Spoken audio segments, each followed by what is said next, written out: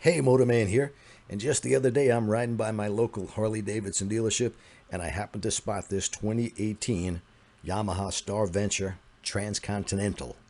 If you're not familiar with this motorcycle, it came out in 2018, completely new motorcycle from earlier ventures. It's equipped with a 113 cubic inch V-twin motor, air-cooled.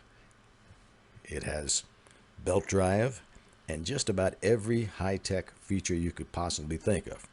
MSRP is $26,999, $27,000 plus freight, of course. I'm not sure what the freight is. And this motorcycle has been lingering in dealer showrooms now for quite a while. If you read any of the road tests on it from Rider Magazine and others, they always rate this at the top of the luxury tourer market. Motor journalists seem to love the bike, but the buying public, not so much. You can find brand new 2018 still sitting in dealerships if you could find a Yamaha dealer that will actually stock the motorcycle. It's nothing wrong with the bike. It's a very modern looking, in fact, it reminds me of the Goldwing. It's got 76 horsepower to the rear wheel, which is not a lot for a 963-pound motorcycle, but it's more than adequate. I noticed when riding it that you hit the rev limiter at about 4,300 RPM, which isn't much at all. But it's also equipped with electric windshield, traction control, 2 riding modes. It even has an electric reverse. So if you want to back up that 963-pound motorcycle, you just press a button, it'll do it for you. There's a nav system, infotainment, touchscreen, heated grips, heated seat for the rider and the passenger, excellent wind protection, electric locking bags. I mean, you name it, this motorcycle has it. But for some reason, they just can't sell this bike. I'm guessing it's because in this price range, people want to have an American-style cruiser. Now, earlier ventures, I had one come to my class about 10 years ago. In fact, it's the only venture ever to come to my class in 22 years. Those bikes also did not sell very well. This new model, which is supposed to be the top of the line, again, still lingering in showrooms. All right, the first thing I noticed with this bike is it's got a very low seat height. I'm betting if you're 5'3", you could easily flat foot this bike. I'm 5'7", though I identify as 6'2", but at 5'7", my knees are bent. That's how low this bike is. Now, this is we're at a Harley-Davidson dealership. It's a used bike, and nobody here knows how to work anything on it. It's not exactly what I'd call intuitive, though there is a button here, home. I just press that, and it looks like there's a nav system. So this is the Transcontinental model. And we'll press a couple more buttons.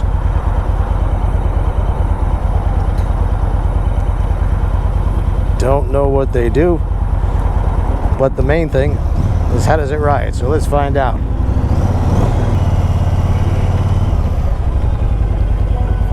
First thing I like to do is go out in the parking lot here and see how it feels at low speeds, how easy it is to handle. Now, I've read that this bike doesn't have a whole lot of lean angle.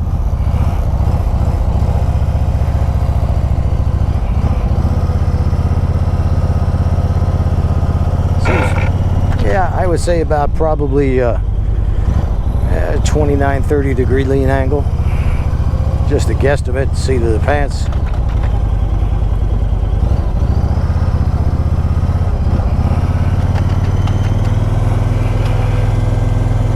This, by the way, is a 113 cubic inch air-cooled V-twin.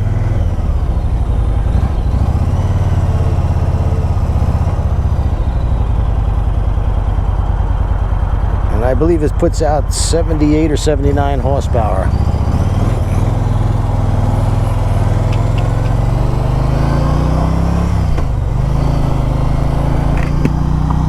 There is no heel shifter, and from what I understand, this windshield is adjustable. However, I don't know which button does that.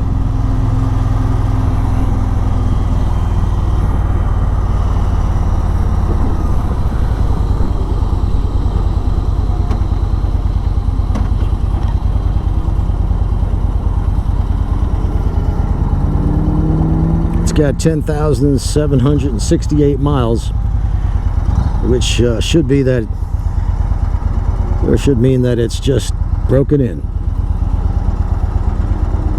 Now, Yamaha's been making the Venture for many years. They came out with them first as competition to the Goldwing back in the 80s.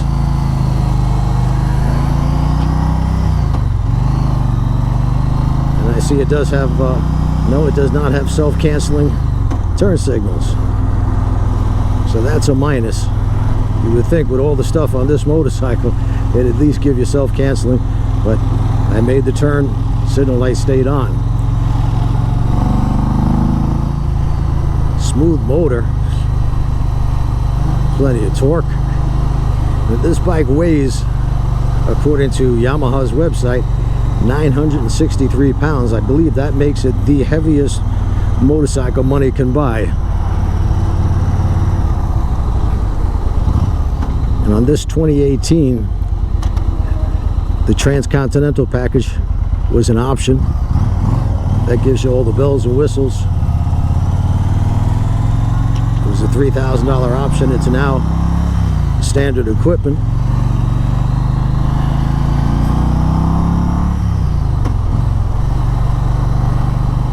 Nice plush ride.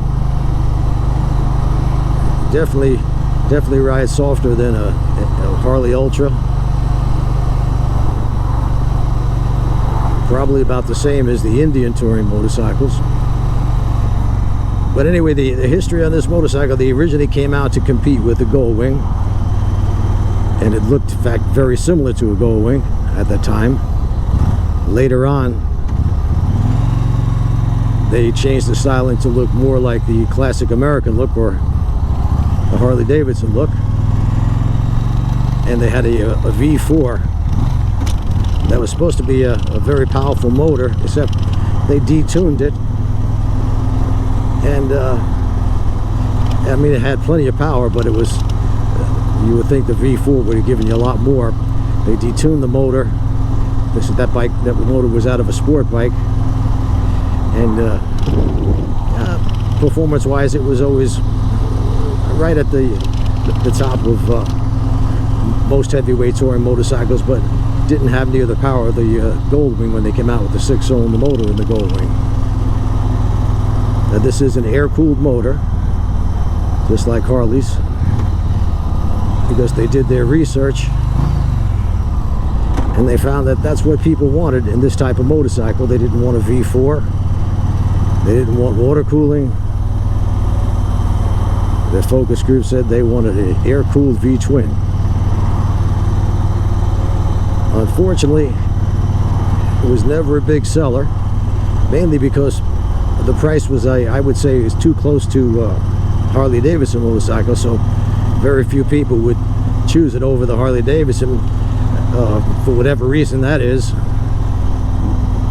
Probably resale, maybe dealer network.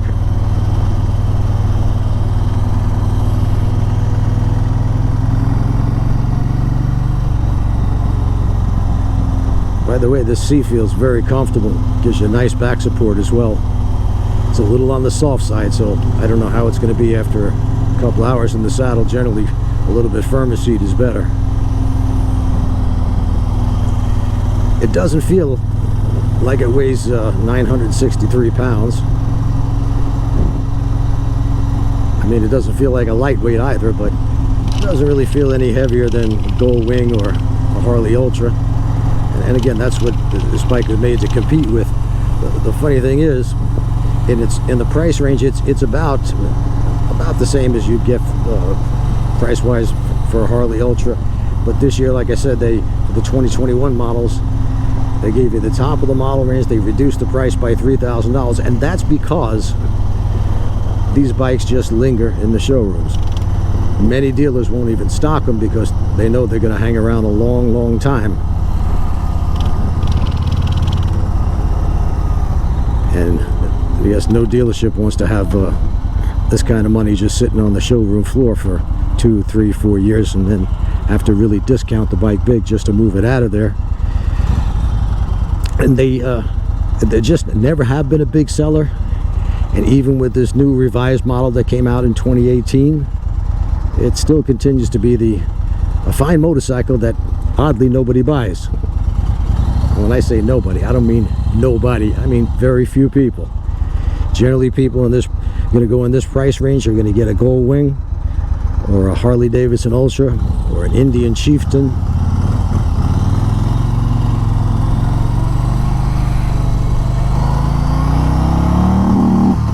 What does this hit the rev limiter fast?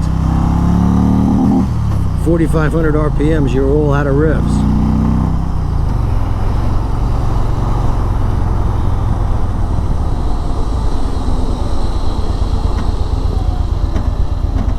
ABS is standard, and the brakes feel pretty powerful.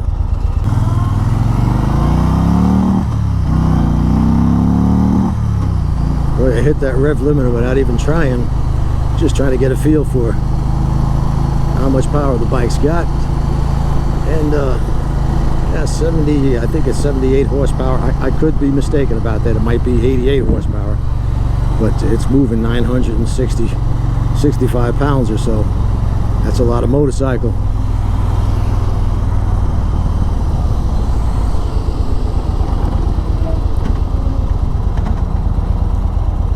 Getting some rattles and squeaks on it too. I think it's the windshield making that rattling sound. But like I said, this isn't a new motorcycle.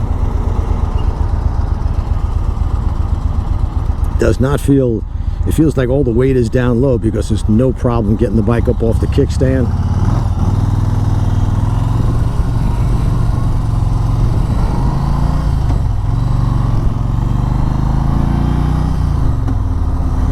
I'm going to check this signal light. I'm going to leave it on and see if it ever goes off. Ah, yes, it did. So take that back. It does go off. It just doesn't go off as soon as you make your turn. There's a little delay.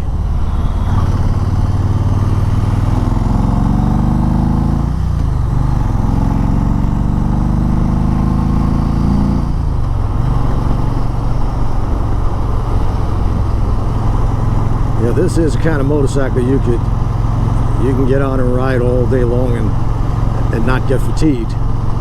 It is a heavyweight cruiser style motorcycle, actually something between a cruiser and a luxury touring motorcycle or sport touring motorcycle, as what the Wing has become, or the BMW 1600 bagger.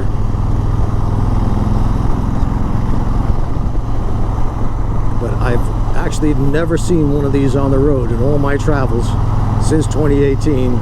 Nobody has ever showed up at my class with one of these, and I've never even seen one on the road. It's like I said, it's a fine motorcycle that oddly nobody ever buys, or very few people. But it's definitely worth a look. And just like any motorcycle, if you find a nice used one, you're going to save a whole bunch of money. Overall, this is a fine touring motorcycle. Just about every motorcycle magazine that tests this type of motorcycle rates this right at the top. And why they don't sell, I really have no idea. You would think, well, maybe it's price, because at $27,000, $28,000 there are some other choices that people can make, and maybe people want the American style cruiser. But if you look at the Kawasaki's, their big touring bikes, they're like $6,000 or $7,000 less money. Not quite as many features as you find on this bike, but they linger in the showrooms as well. I think that motorcycles in this type of bike in this price range, people, at least Americans, are looking for an American style motorcycle like the Harley Davidson or the Indian models. But this is definitely worth a test ride. If you don't care, or if the styling appeals to you, definitely take this bike for a test ride. And I know here in my area there are no Yamaha dealers that will let you ride this motorcycle. That's the reason I'm riding a used one. It just happened to be at the Harley dealership, but generally they won't let you test ride them, and that could be why they don't sell too many of them. If the dealer doesn't want people to ride a $27,000 motorcycle before they buy it, yeah, that could hurt for sure. But that's it for now. Please subscribe, give me a thumbs up. I hope you enjoy this, And I hope you've got a little more knowledge about this particular motorcycle. Till next time.